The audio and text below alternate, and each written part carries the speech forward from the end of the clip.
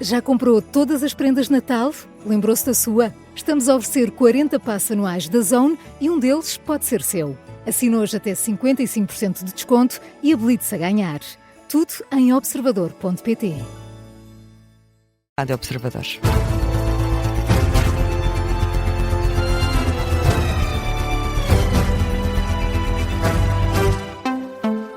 Jornal da Meia-Noite, edição da jornalista Laura Figueiredo.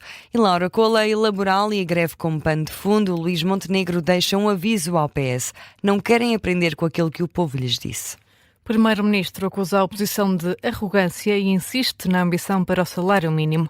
No jantar de Natal do PSD na Estufa Fria, em Lisboa, Luís Montenegro insistiu na fasquia que colocou para o aumento dos salários em Portugal, mas aproveitou também um ano de vitórias para atirar à oposição. Perante os deputados do partido, o chefe do governo elogia a conquista das eleições autárquicas e critica o Partido Socialista por não ter tirado lições sobre as mais recentes derrotas eleitorais. Miguel Viterbo Dias. Na reunião de Natal da família social-democrata, o ano foi de vitória. Nós fomos colocados à prova em circunstâncias que não eram fáceis e vencemos. E vencemos bem. Luís Montenegro aproveitou a liderança nas autárquicas para atirar à oposição à esquerda, que acusa de arrogância. Sempre a dizer, porque os portugueses acham isto, porque os portugueses acham aquilo, e depois os portugueses pronunciam-se e têm um deputado na Assembleia da República, têm 3 deputados na Assembleia da República. Os portugueses não acham nada aquilo que eles dizem que eles acham. E os outros, que ainda há pouco tempo tinham uma maioria absoluta e agora têm 58 deputados e não querem aprender com aquilo que o povo lhes disse.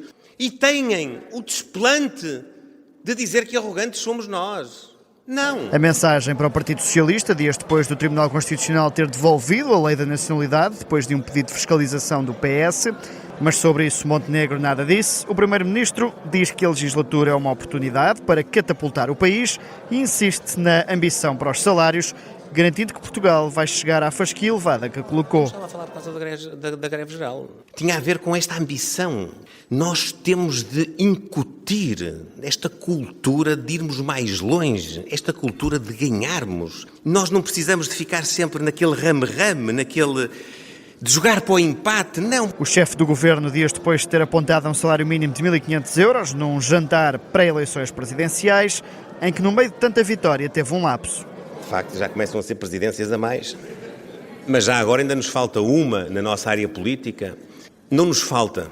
Isso é uma outra confusão, já agora. Marcelo Rebelo de Sousa entregou o cartão, mas é da família social-democrata.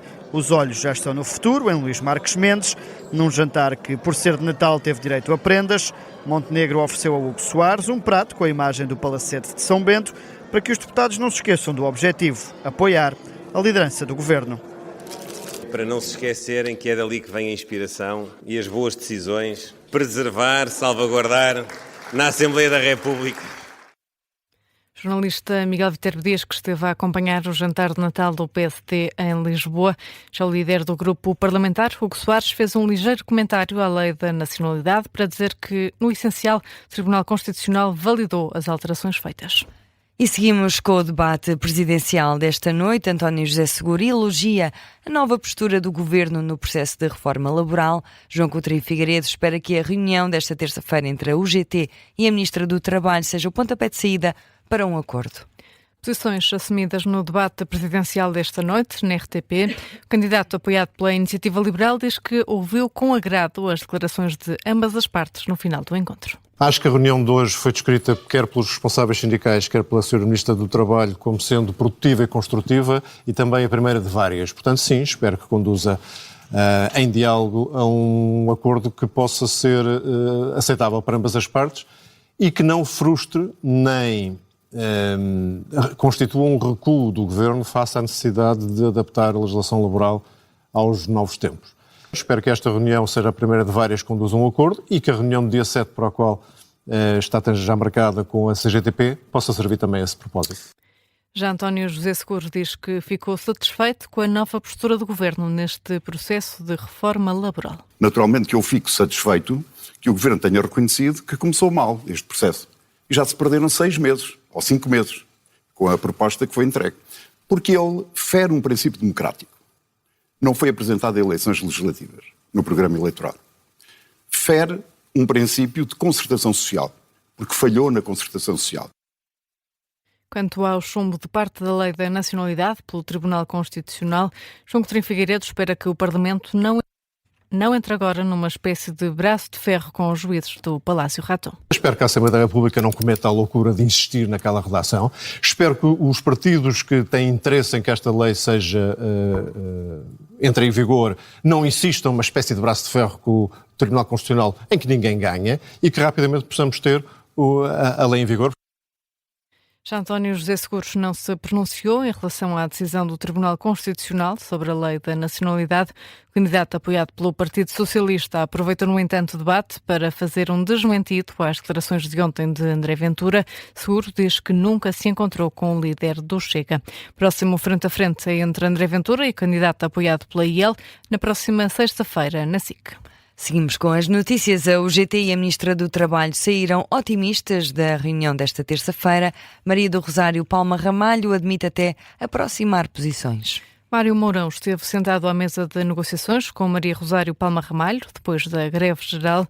À entrada para a reunião, o secretário-geral da UGT admitiu que as expectativas eram altas e à saída confirmou o que esperava. Foi uma reunião muito construtiva, foi uma reunião muito produtiva, e vamos continuar o trabalho e há muito trabalho para fazer. Aliás, eu disse uma vez, temos que partir a pedra, e pedra dura, e por isso é isso que vamos fazer. Vamos continuar esse trabalho com um reinício positivo e que eu espero que traga frutos. Já Maria do Rosário Palma Ramalho garante que, da parte do Governo, nada mudou, continuam disponíveis para negociar. Como proposta para a construção normativa, o Governo mantém, exatamente como tinha antes, disponibilidade para construir as soluções. Enfim, nós teremos que nos encontrar a meio caminho. Da nossa parte, nada mudou. Da parte da UGT, terá que perguntar à UGT. Deste encontro saiu ainda outra novidade. O diploma de atualização do salário mínimo nacional para 920 euros vai a Conselho de Ministros esta quarta-feira.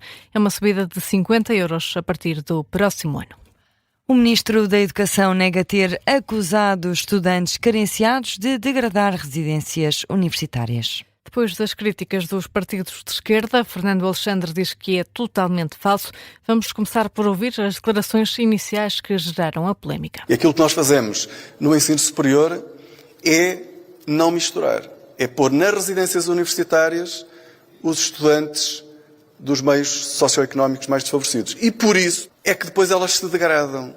Quando nós metemos pessoas que são basicamente todas de rendimentos mais baixos a beneficiar de um serviço público, nós sabemos que esse serviço público se deteriora.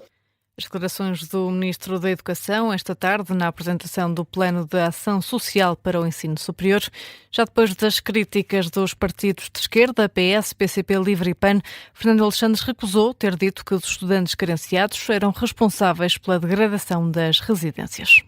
Eu não disse isso é totalmente falso.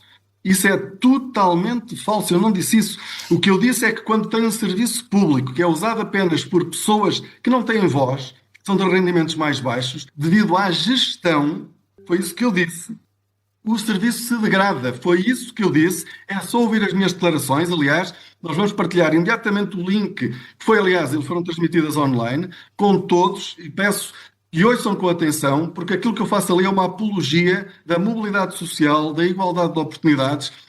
Fernando Alexandre diz ainda que o PS e outros partidos da esquerda não se deram sequer ao trabalho de ouvir as declarações na íntegra, recusa também qualquer cenário de demissão.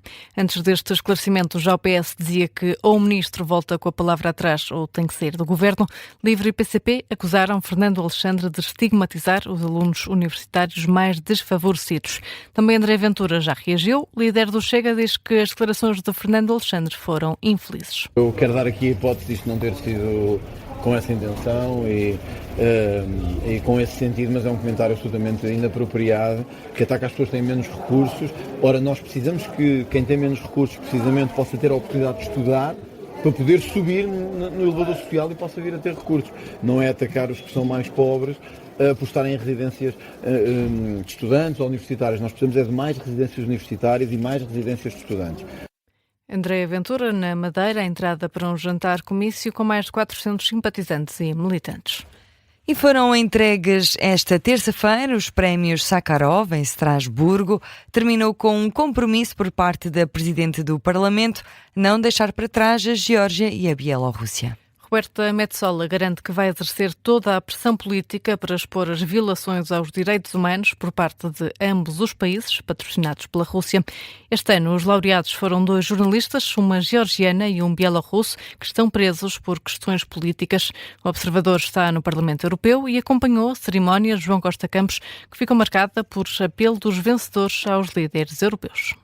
Journalist Andrei Pochobut from Belarus and Imzia Amaglobeli from Georgia. Um bielorrusso, outra georgiana, ambos jornalistas, ambos presos por desafiarem a mão pesada do Estado. Representam milhares que vivem todos os dias em repressão e é por isso, diz Roberta Metsola, Presidente do Parlamento Europeu, que são os justos vencedores do prémio. With this prize, the European Parliament carries their message and amplifies it in the strongest Há 5 anos preso, há 5 anos sem ver a família. O jornalista bielorrusso foi representado pela filha.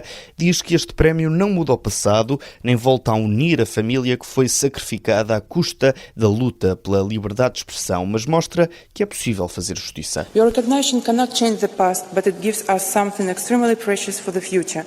The belief that justice and humanity still have a place in this world. Do lado da jornalista georgiana vem uma colega que denuncia perante os eurodeputados a pressão constante sobre os jornalistas no país. A Geórgia, que vive sob forte influência russa, agradece o prémio, mas pede mais ação aos líderes europeus e avisa: deixar países como a Geórgia e a Ucrânia sozinhos é um erro histórico irreparável. It will be an irreparable historical mistake for which you and us will have to pay a heavy price. I also wish that these statements turn into an action. Do lado do Parlamento Europeu tem luz verde. Roberta Metsola garante toda a pressão política em favor das vítimas do autoritarismo na Europa. This Parliament stands firmly at your side and we reaffirm this in order to keep Georgia as close to Europe as it deserves and its people deserve.